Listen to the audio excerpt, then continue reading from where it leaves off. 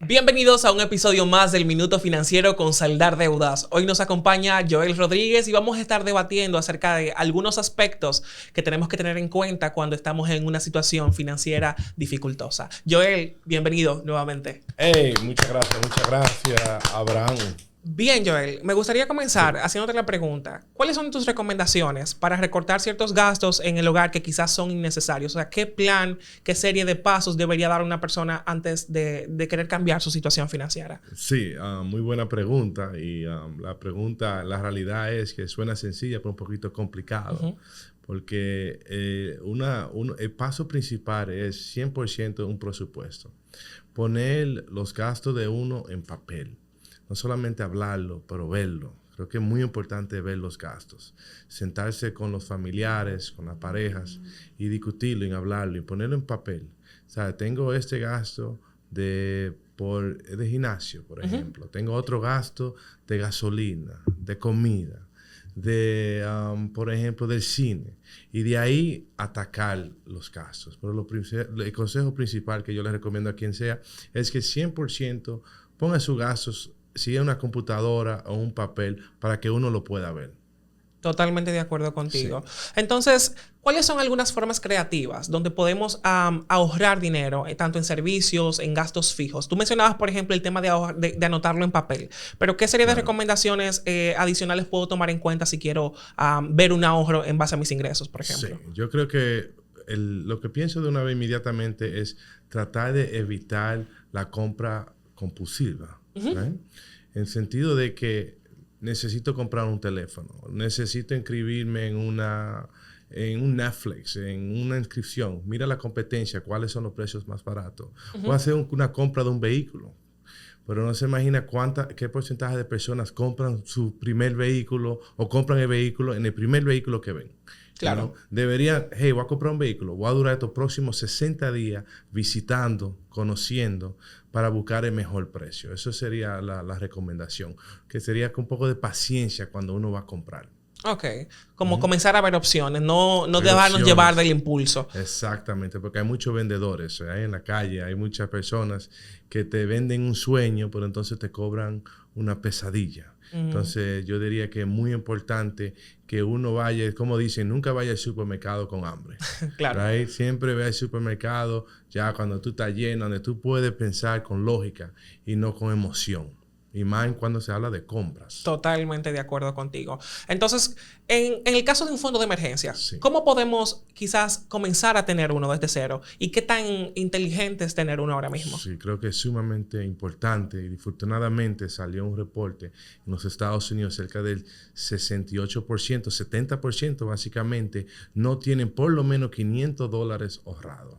Wow. So, lo que significa eso es que tenemos una cultura de vivir de cheque a cheque, que yo estoy dependiendo totalmente en ese cheque que me van a traer en la quincena o en un viernes para yo poder hacer los pagos básicos, right? Necesarios. So, es muy importante de crear un plan, comenzar a ahorrar lo más pronto posible por la situación, lo que pasó en coronavirus, right? Perdimos nuestros trabajos, había muchas situaciones y el que no tenía ese ahorro, desafortunadamente, se fue negativo. Entonces hay que prepararse para eso. So, sí, muy importante revisar sus gastos, revisar sus ingresos y crear un plan de ahorro para tenerlo. Y con el tema también de vivir cheque a cheque, se da mucho también de que muchas personas todo lo que ganan lo destinan al pago de las tarjetas y como se quedan sin nada, entonces vuelven a recurrir nuevamente en utilizar las tarjetas de crédito. Y es un círculo vicioso del cual no se puede salir. Exactamente, un ciclo vicioso. Y desafortunadamente hay muchas personas que están en esa situación, pero lo bueno es que hay tácticas muy buenas que uno puede utilizar para salirse de ese ciclo vicioso. Pero lo primero es conocimiento, ¿verdad? Conocimiento, tocar los temas, hablar, consultarlo con profesionales, right? A veces uno comete el error de consultarlo tal vez con un familiar que tal vez tenga menos conocimiento de uno de finanzas. Es correcto. ¿Me entiendes? Entonces estamos teniendo una conversación en base de emoción, ¿no? Vamos a tener una conversación en base de lógica, en base de números, vamos a calcular las cosas para entonces poder sacar nuestras conclusiones. Totalmente de acuerdo contigo. Uh-huh. Y dicho esto, ¿podrías compartir quizás un caso de éxito de uno de quizás de los clientes o un caso particular que conozcas? Un caso de éxito de una persona que quizás tenga una situación financiera difícil, que atravesó todo ese proceso y que hoy puede decir que está totalmente liberado de las deudas. Claro. Tengo varios ejemplos, pero un ejemplo que me puedo recordar es de un cliente que llegó a nosotros con una deuda de cerca de $33,000. Okay. Wow. El caso es que cuando revisamos su reporte de crédito, esa deuda de $33,000 también estaba hace 6 años. Entonces, el cliente ha vivido con este peso encima por cerca de 6 años, viviendo cheque a cheque, no pudiendo ahorrar dinero, todo lo que entra a la tarjeta de crédito, pensando que tiene un buen crédito. Correcto, tiene un buen crédito, pero no tiene ahorro, no tiene tranquilidad.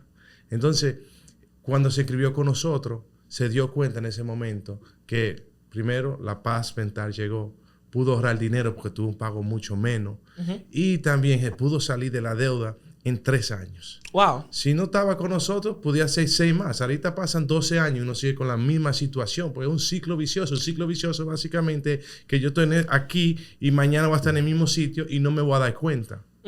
Right? So, es un ejemplo de esa persona que pudo descubrir su dificultad financiera, descubrirlo lo primero, y pudo actuar con un programa de liquidación de deudas para salirse de esa deuda lo más pronto posible. Y ahora es libre de deuda totalmente.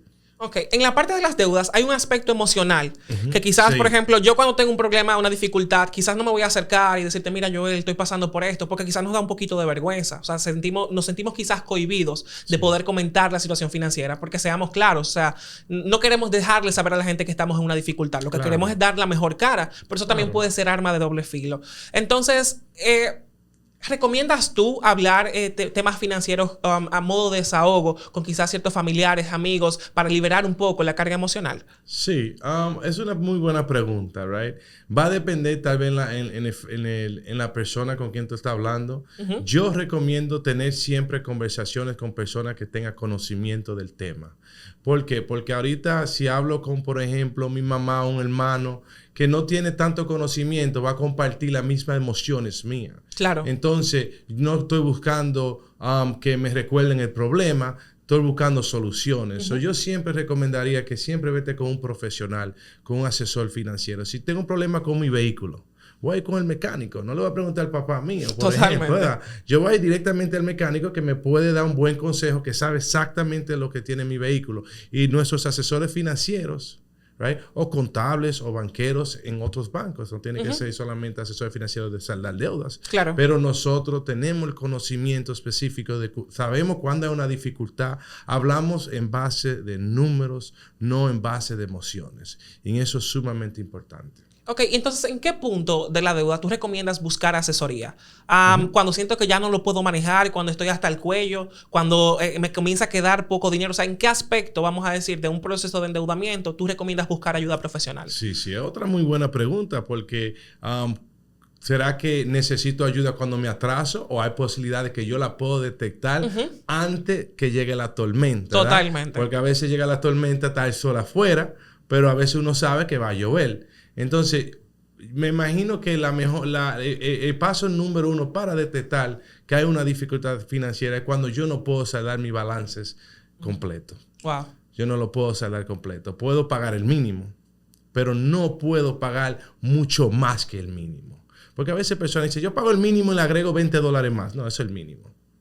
Entonces, cuando tú te ves en una situación a donde tú no puedes pagar y saldar la deuda completa o ni el 50% de la deuda en ese mismo momento, sí, ya están cogiendo el paso de la dificultad financiera y debería hablar con un profesional para evitar ese camino. Entonces, Joel, ¿qué impacto tienen la tasa de intereses globales en las deudas de los consumidores directamente? Sí, un impacto directo. Sí. Ahora mismo Estados Unidos está viendo uno de los intereses más altos, que básicamente está afectando los bancos comerciales y ellos mismos lo que hacen es que aumentan las tarjetas de crédito. Ahora mismo los intereses de tarjeta de crédito está a uno de los más altos niveles. No solamente tarjeta de crédito, hipotecas. Una hipoteca que estaba hace 2 o 3 años en un 2 o un 3%, ahora se están viendo en 7%. Wow. Los vehículos, la tasa de intereses, tiene un impacto directo en lo que está hablando de tarjetas de crédito, vehículos, hipotecas, préstamos, etc. Ok, entonces en el caso un poquito más personal, en el caso de las parejas, por ejemplo, ¿qué recomendaciones les das tú para comenzar a buscar opciones de consolidación en conjunto? Porque en pareja suele ser un tema también, hay aspectos emocionales, hay aspectos quizás de discordancia, pero ¿qué recomendación le das tú a una pareja, a un núcleo, para poder comenzar a buscar esta opción? Sí, well, lo primero, la comunicación es sumamente importante, entender que están en eso juntos. Aunque yo no tengo deuda y mi pareja tenga deuda, estamos en esto juntos. Right? So lo que recomiendo es que lo hablen, que creen un plan. Y también hay programas de liquidación de deuda que usted puede agregar en el mismo acuerdo las deudas. Okay. Si viven juntos, etcétera, a donde pueden salirse de la deuda juntos y tener metas juntos.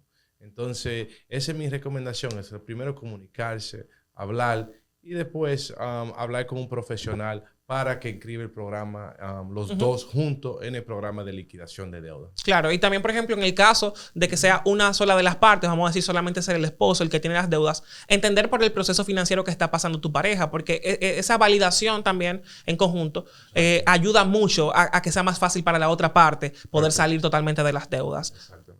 Entonces, gracias Joel por estar aquí nuevamente. Gracias a ustedes por la sintonía. Recuerden que este fue el Minuto Financiero con Saldar Deudas. Invitarles a que escuchen este contenido en Spotify, Apple Podcasts y en YouTube.